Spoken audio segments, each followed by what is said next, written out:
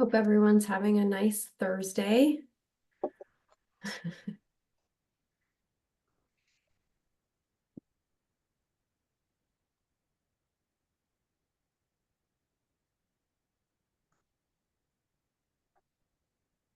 Michelle, always with the slides. I love that. Yeah, I can see it. Let's before we start recording, Signe, okay. Good afternoon, everyone, and welcome to Grant Funding for Students Experiencing Homelessness. This is a training meant for SAUs to understand their grant funds when it comes to vulnerable student populations like those experiencing homelessness. I am Rita Pello. I'm one of the Title I coordinators. Joined with me is Signe Lynch, who I'll let her introduce herself, and my partner Jess Karen is here as well. Hi, everyone. I'm Signe Lynch. I'm the McKinney-Vento Homeless Education Specialist, and I work out of the Office of School and Student Supports. Great. And we'll get started.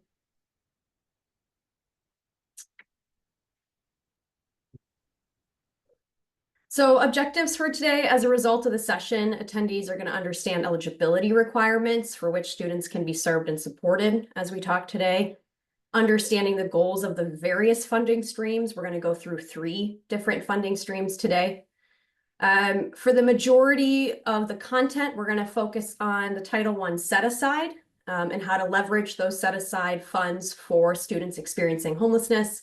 And we will go through some allowability rules for the funding streams so that districts and SAUs can feel more confident in making decisions in the best interest of their students. Next slide. All right, great. So I just want to make sure that we're laying the foundation of who is eligible when we talk about McKinney-Vento students in school. And so McKinney-Vento is the federal protections. It's part of the McKinney-Vento Homeless Assistance Act, specifically the education of homeless children and youth. And these protections apply to all public school students, preschool through grade 12, who lack a fixed, regular, and adequate nighttime residence. Building out that definition a little bit more, this could be students that may be living in what we would consider a trailer or a camping ground, a hotel or motel, for example. Couch surfing is something that we also include in our definition of homelessness and education. Shelters, transitional living programs, living in a car. Migratory students, so migrant education program students, don't automatically qualify, but if they are traveling for seasonal agricultural work or fishery work, oftentimes the employer is putting them up in something that we would consider substandard housing.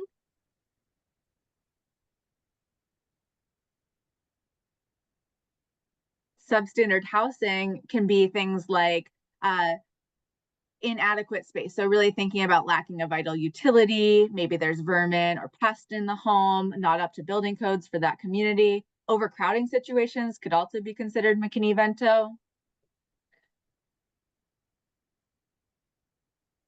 And this is a list. And so as Rita had mentioned, we're going to have these slides available, but the next slide is really the exhaustive list of all of those students that would be considered McKinney-Vento and experiencing homelessness under the McKinney-Vento's definition for what we utilize in the education system. And really a easy way to consider this is, can that student go to the same place every night, and is that place safe and sufficient? If it's missing one of those 3 key elements, we're going to want to ask some follow-up questions on if the student may be eligible for McKinney-Vento. And another important demographic to consider in McKinney-Vento world is just the unaccompanied homeless youth. And unaccompanied homeless youth is really just defined as a student that is eligible for McKinney-Vento, so in a situation that would not be considered fixed, regular, and adequate, and they are experiencing that nighttime residence without being in the physical custody of their legal guardian. And that's how we get to an unaccompanied homeless youth. Unaccompanied homeless youth have specific rights as well, and LEAs have an obligation to remove barriers to enrollment, identification, and ensuring that this student population also has barriers removed to be able to access all of school and school activities. Here's a helpful flow chart that is utilized often, and we will be able to share this with everyone in the resources that go out.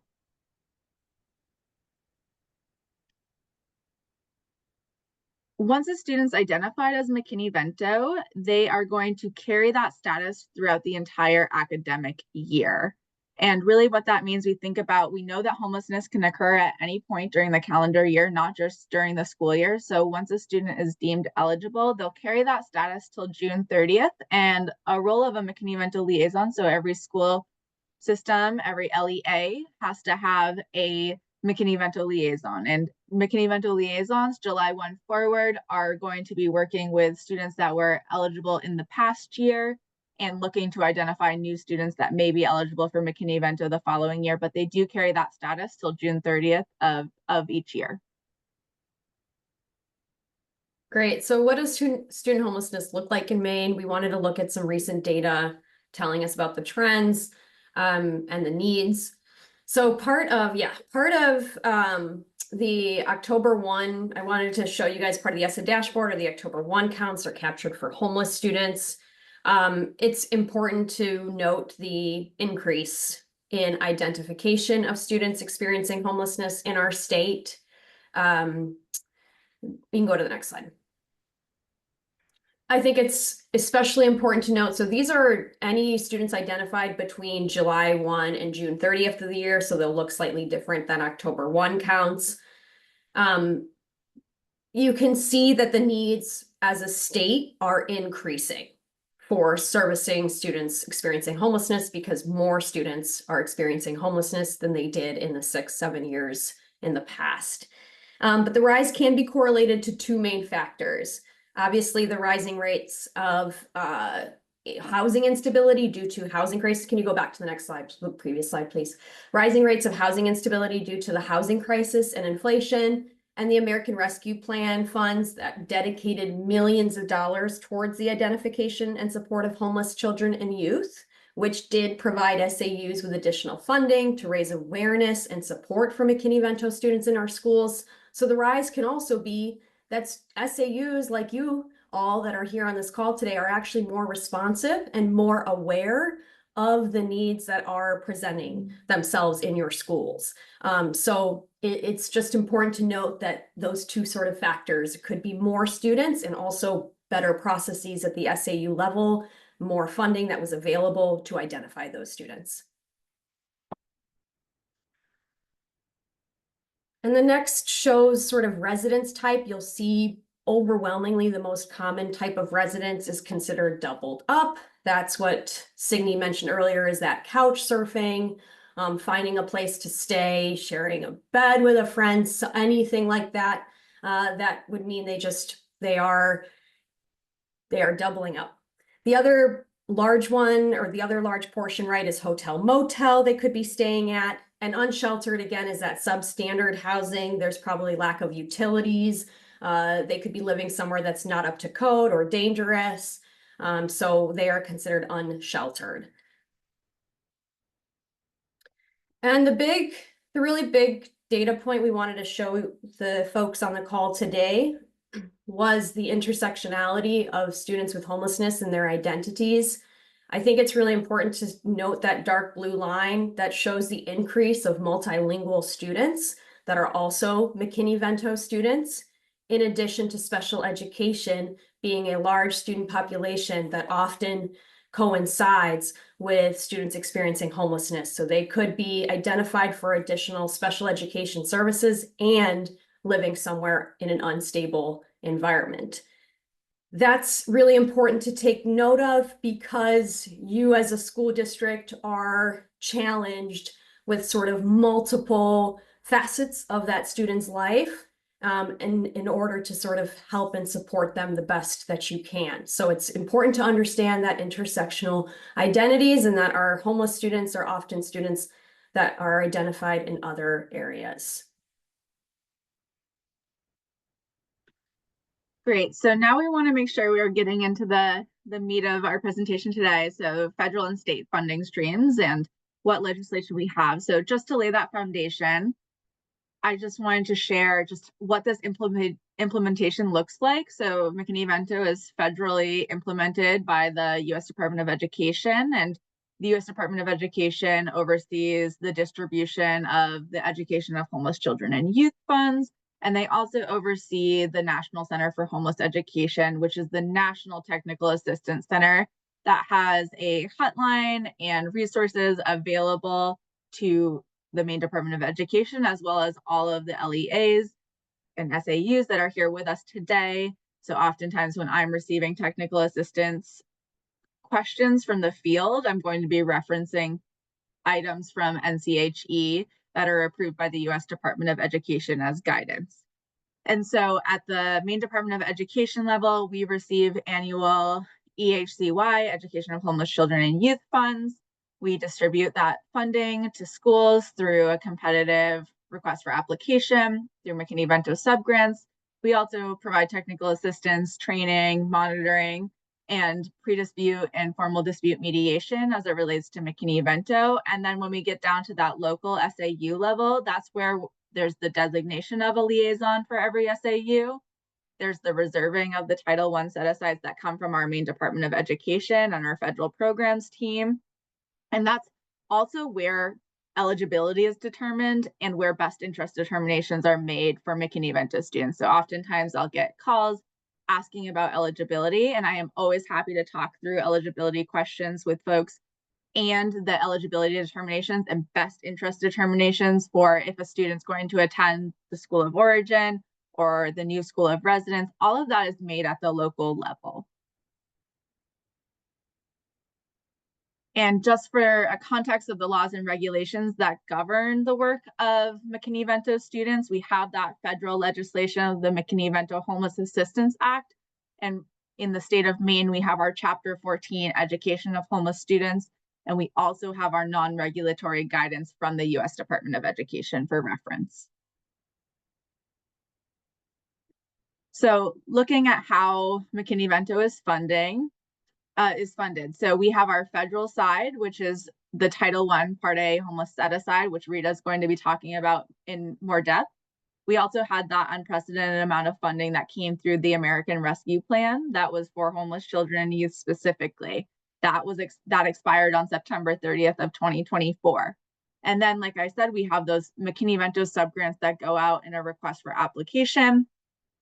And that's a very competitive cycle that we have, and we receive very limited federal dollars for this program. So this is why that's that emphasis on the Title I set-asides to meet the needs of the student population.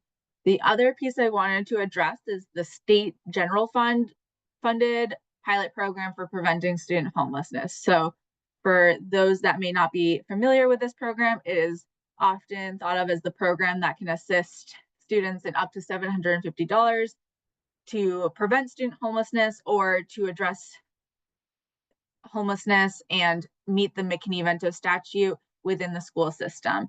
And so one thing I will share about that pilot program for preventing student homelessness, it is housed on Grants for Me. And the allocation that is in the fiscal year 2025 right now is the final allocation that any SAU is going to receive for this preventing student homelessness. At this point, this is really up to the Maine legislature on if this would continue on and become a permanent program. And as if anyone is following the Maine legislature, the bill that is working to make this a permanent program and a permanent funding source is LD 384. So talking a little bit more about the state general funds preventing student homelessness, Jess, you can go to the next slide. So this was $3 million that the state allocated from the general funds. 1.5 million went out for fiscal year 2024 and 1.5 million went out for fiscal year 2025, which is what we are in right now for the availability of this program. And this is the most flexible financial resource that we have for this student population. So it is really rooted in upstream work of prevention of student homelessness before it happens, and also providing an additional financial resource for schools to meet the needs of their McKinney-Vento program as well. So this assistance can provided at up to $750 per student from the funding available in the SAU. And there are 4 categories of allowable expenses within that. The first is the rental assistance and short-term motel hotel stays. And the second would be critical home repairs. The third is utilities. So thinking about families that may have had their power shut off or are at risk of having their power shut off, may need heating assistance that general assistance is not able to assist on, LIHEAP programs aren't able to meet the needs of, and then any expense that's authorized under the federal EHCY funding. And just as a reminder on this flexible fund, the direct payments need to be made to a vendor directly. They can't be distributed to families or students, and they're available for prevention of student homelessness and students that are already McKinney-Vento. So they do not have to be already McKinney-Vento. So for example, if a family has received an eviction notice because they fell behind on rent, maybe they had an unexpected large car payment, they're living paycheck to paycheck, that puts them behind on rent, they received an eviction notice, the school could step in and use some of their funding to be able to get the family back on track with their rentals, with their rent, so that they can maintain that housing and not become a McKinney-Vento student that would force them out of that stable housing and into potentially a doubled up situation, a shelter, or another McKinney-Vento situation. And just for a time frame on this, the current allocations that are available on Grants for Me for this general funds from the state general funds, they are not going to end at the end of this school year. They're actually going to be available to be obligated till the end of the calendar year of 2025. And we're going to be seeking those final invoices by March 31st of 2026. So they aren't going to end this academic year. They are available till the end of the calendar year on Grants for Me. Great. So I'm going to get into how to leverage more, I would say less flexible funding than a state grant that set its own parameters. So again, we're talking federal dollars, federal legislation. So I want to take a couple moments to go through Title I set-asides for supporting students experiencing homelessness. As Signe mentioned, she has there's quite a process for the McKinney-Vento funds that are that dedicated stream.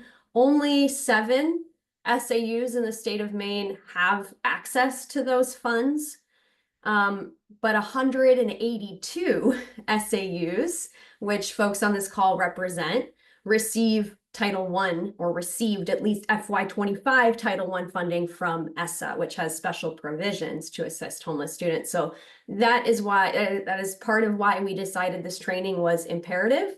I have not gone and spoken to districts specifically about Title I homeless set-aside, so I think now was a good time to do so. It's important to consider or to know, I should say, that a set-aside for Title I for homeless students is a requirement. For those that are intimately knowledgeable of the EHCY consolidated application, you know that the grant will scream at you if you try to submit without a homeless set-aside project. This is statutorily required. And it's also important to note that this set-aside benefits and can benefit any student experiencing homelessness in the SAU. So they do not have to attend a Title I school. That is why it is a district set aside, because the requirement is specifically there so that SAUs are responsive to students who are experiencing homelessness regardless of the Title I status of the school in which they attend. And that's very different from Title I legislation overall, where it is school-based. The allocations are school-based, but in this case, this is a set-aside that is required because the goal here is to support any students in your SAU that could be experiencing homelessness and disruptions to academic programming as a result.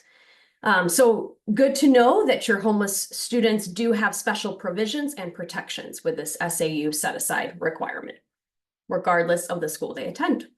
And I'll talk a bit, so I pulled this from statute. I think it's helpful to see that it's that reserving of sufficient Title I funds to provide services to students experiencing homelessness that are comparable to those provided to students in the Title I schools. It is determined, how do you determine what you reserve? It's based on a needs assessment of the children experiencing homelessness, taking into consideration the number and needs of homeless children and youths. So it's used to provide homeless children and youths with services not ordinarily provided to other students. So I'm going to go into this a little bit because sort of two main statutory things that are outlined is that funding for that McKinney-Vento liaison that could Title I set aside can be used to pay for, and defraying excess cost for transportation, which is usually not something we fund with Title I because it's an SAU's responsibility for transportation. And so I'll talk a bit about that later on. A really big reason for this training is that we noticed that SAUs were often just setting aside like $50 or a couple dollars without sort of a very transparent reason as to why that was the amount set aside or how that amount was determined. And I think for SAUs on this call, it's really important to have the needs of your students that are homeless to be considered as part of the comprehensive needs assessment process that you have to undergo every year and that you do undergo every year.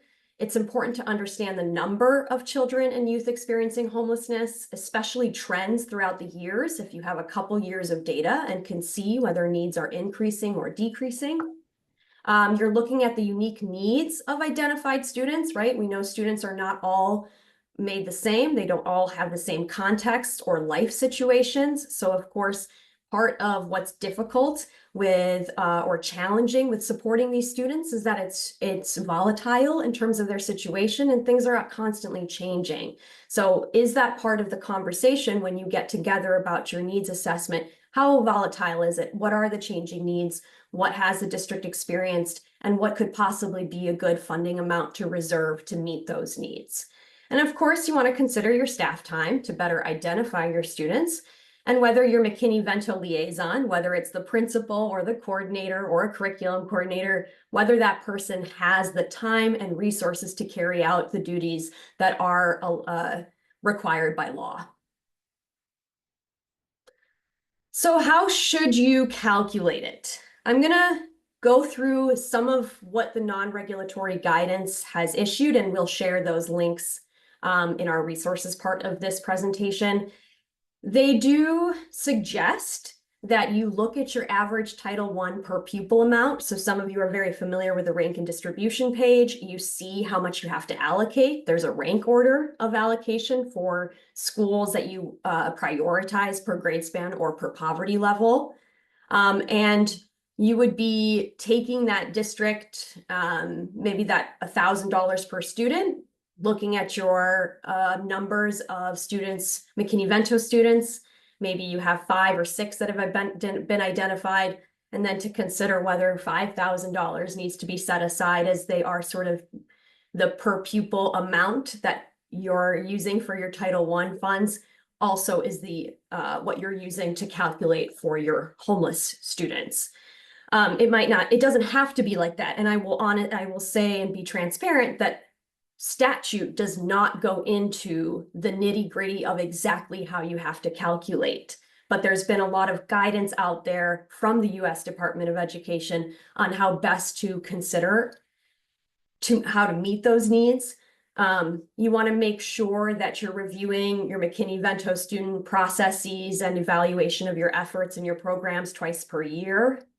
And your set aside amount, sort of thinking through when you're considering what to set aside, should include evaluation of the effectiveness of accomplishing those goals to help those students. So for instance, if you have certain tutoring after school for these students, is it working? Those kinds of things, right? If there are additional supplies that the school was not able to provide for the students this year, can they provide those supplies next year? So it's just important to note that this is a floor, not a ceiling. And I think the thoughtfulness and consideration of the CNA and the need.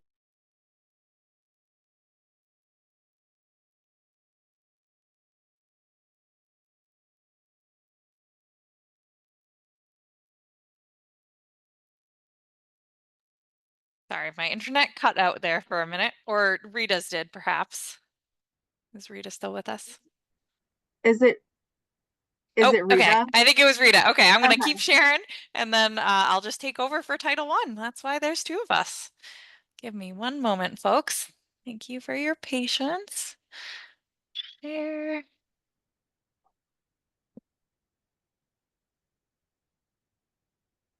Oops. Okay, sorry guys.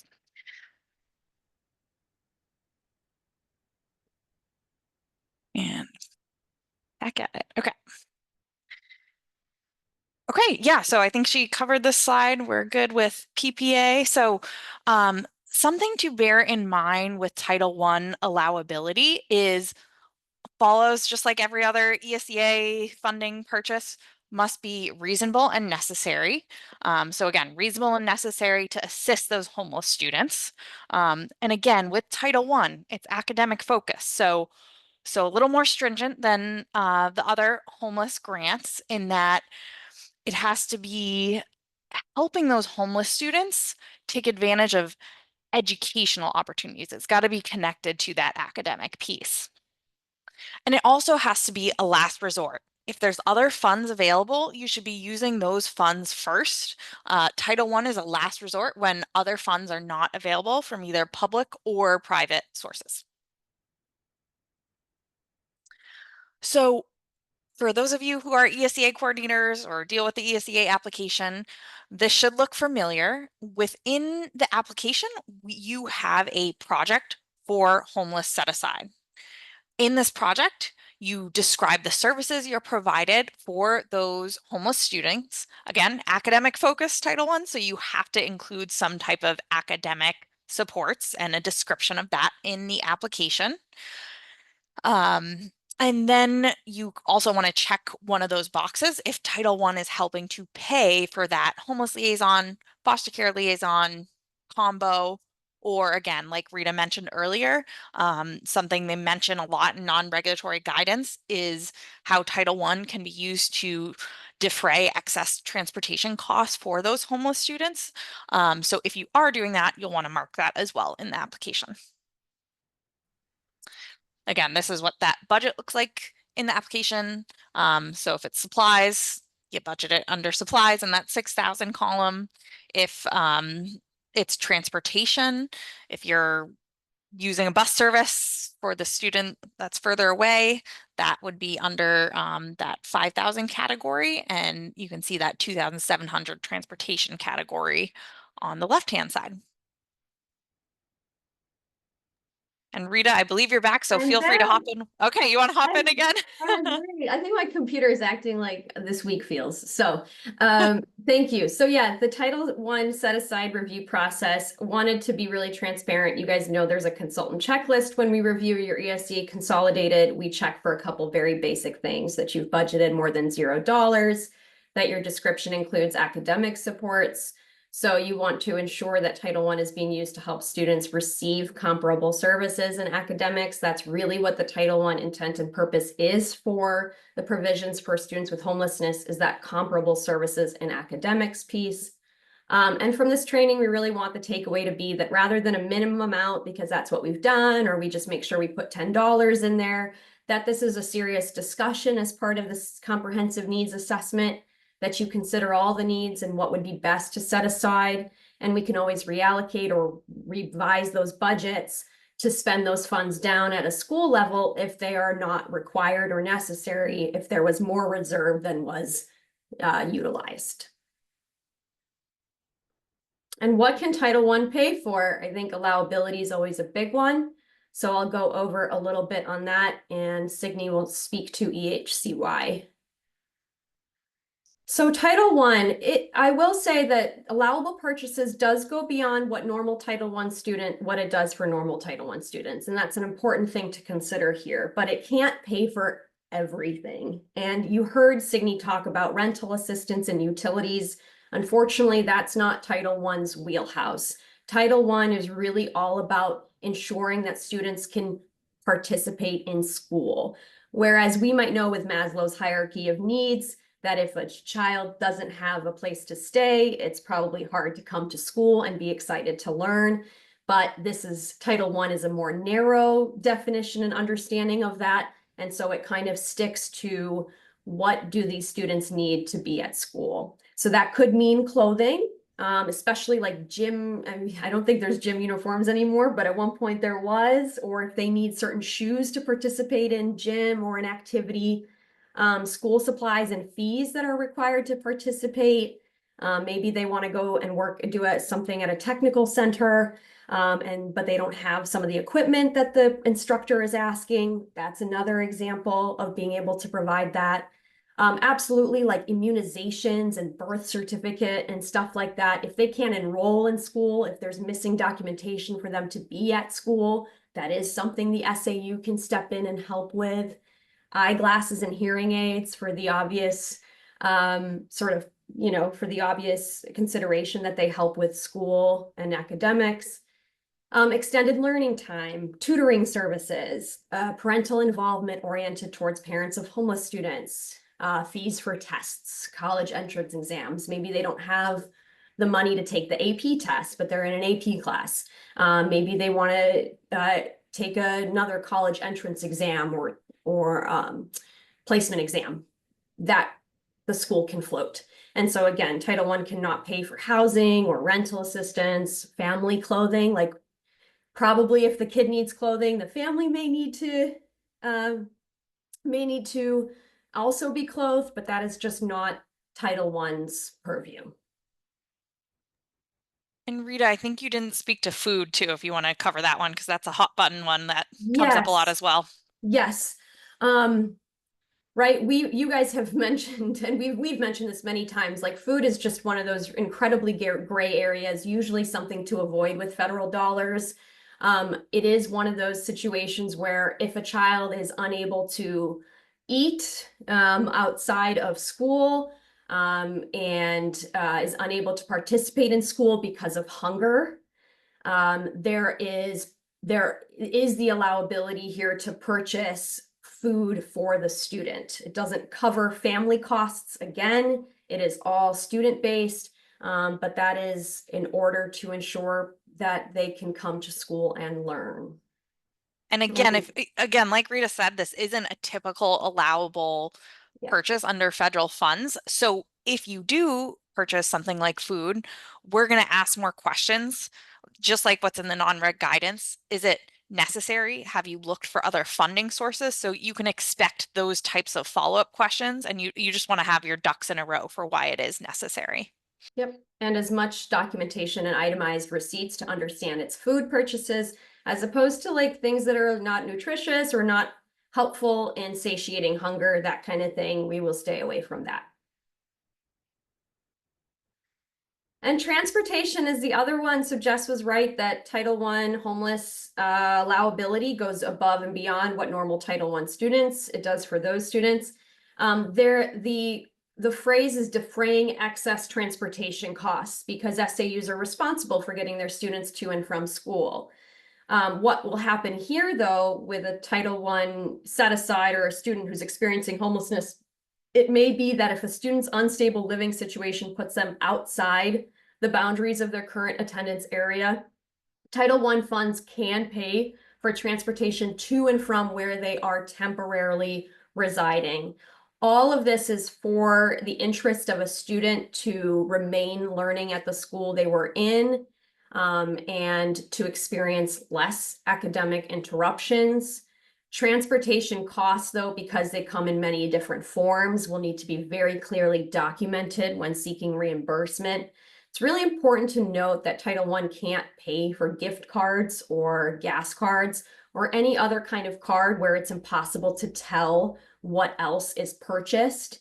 So if you feel like, what is the rule here? The rule is if I can't tell what you're buying, you could potentially be buying something that's not allowable under this grant, which means you would not be eligible for reimbursement. Itemized receipts with a gas amount can then, an SAU can absolutely reimburse a parent if that's the best interest of a child to help their parent get the kid to school. That's fine. But again, can't just give them a gift card or a gas card and then seek that for reimbursement. It has to be really clearly itemized that this is the transportation cost, the gas cost for the parent to get their child to school, and that the SAU is helping them because they are students experiencing homelessness and are identified for this additional support.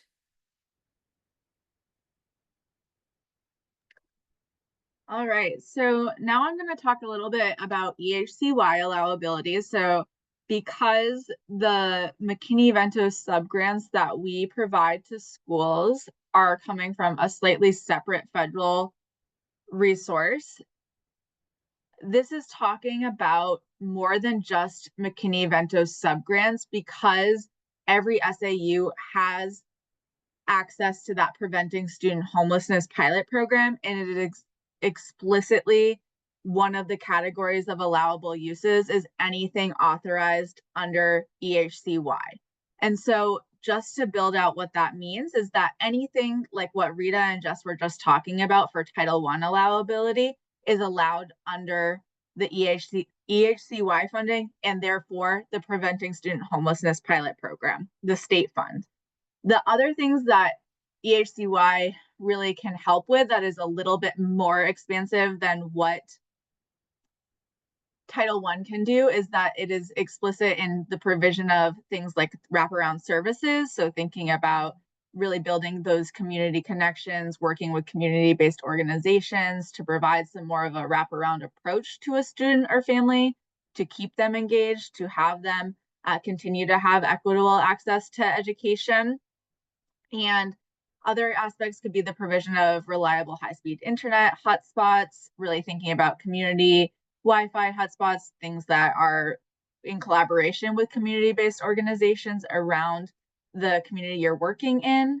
We also see things like the purchase of, for example, a cell phone for a parent or an unaccompanied homeless youth to be able to communicate reliably with the school about a student's progress, about transportation to school, if that was something that this family did not have access to prior.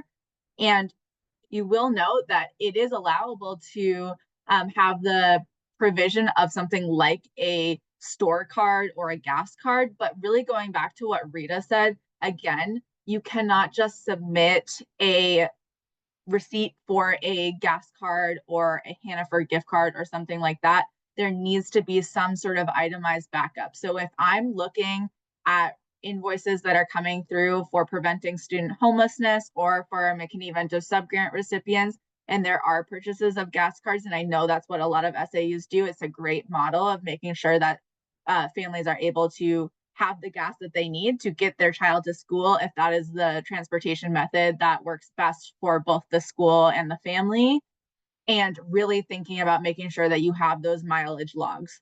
Other things of if you are providing food, for example, you've tried to reach out to the food pantry, or you are just trying to provide some food for the in-between period while you're building relationships with a community partner, and you want to use some of your Preventing Student Homelessness funds or McKinney-Vento subgrant funds for that, certainly encourage things like utilizing Hannaford to go, so you can have a very itemized receipt that the school is in control of, rather than necessarily going the route of, a gift card, even though there are gas cards and gift cards to grocery stores that allow for the restriction of purchase of, for example, alcohol or tobacco products.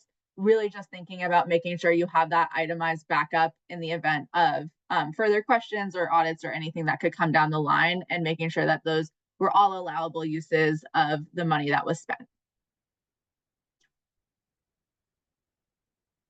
Cool. So we're going to wrap up a little bit because we really wanted to leave time for questions, because we mentioned SAUs have very specific needs often, or questions. So just want to provide a couple takeaways. Title I set-aside amounts should be really thoughtfully considered during the annual comprehensive needs assessment process. As we mentioned before, McKinney-Vento student population for multiple reasons is increasing in our state, which means that potentially past practices like $50 set-asides may not be cutting it for your students. Allowability of the funding sources, they differ. So you have to consider the needs of the students and then determine the funding sources that could be available to meet those needs. Big takeaway for Title I and in general federal dollars is that it's about comparable services to participate in school. And then these students are some of the most vulnerable in our state. As I mentioned, they might not only be students experiencing homelessness, but they could also be multilingual learners new to this country without a huge rootedness here. They could be students who are unaccompanied and don't have parent guardianship watching out for them. And they could be special education students that require more services. We have resources available. Non-regulatory guidance for the education for homeless children and youth is a really great one. There's an item M4, which is all the allowability that we went over today. And in general, there's things on eligibility, on calculating set-asides, on what it means to understand McKinney-Vento, and that intersection of those additional resources. There's a brief called Students Experiencing Homelessness under Title I Part A that goes more in depth of blending and braiding. There's a fact sheet for how to support the success of homeless children and youths.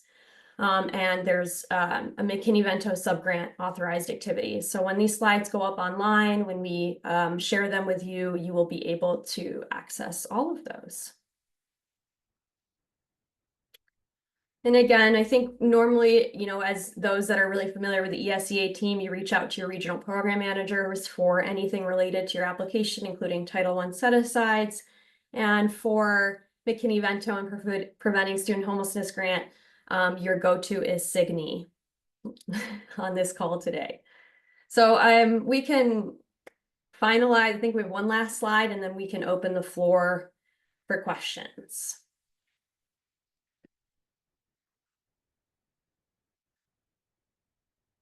And we can stop sharing probably. Thank you, Jess, for doing that. And sorry for folks for me disappearing. My computer just shut down, which can happen. So yeah, questions for that SAUs feel brave to ask. I know it might help other folks on this call.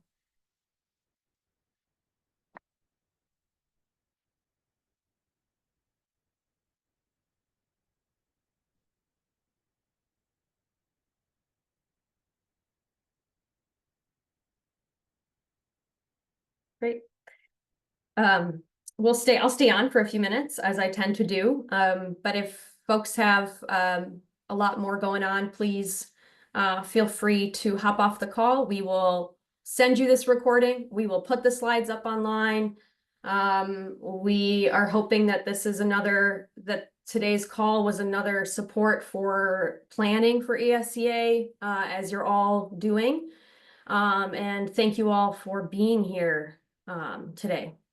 It's an important topic, as I really feel strongly that these are students that need us most. So thank you for being here, and thank you for what you do every day for our kids in Maine. Thank you, everyone. Rita, I had a quick district-specific question. Sure, Denny. Yeah.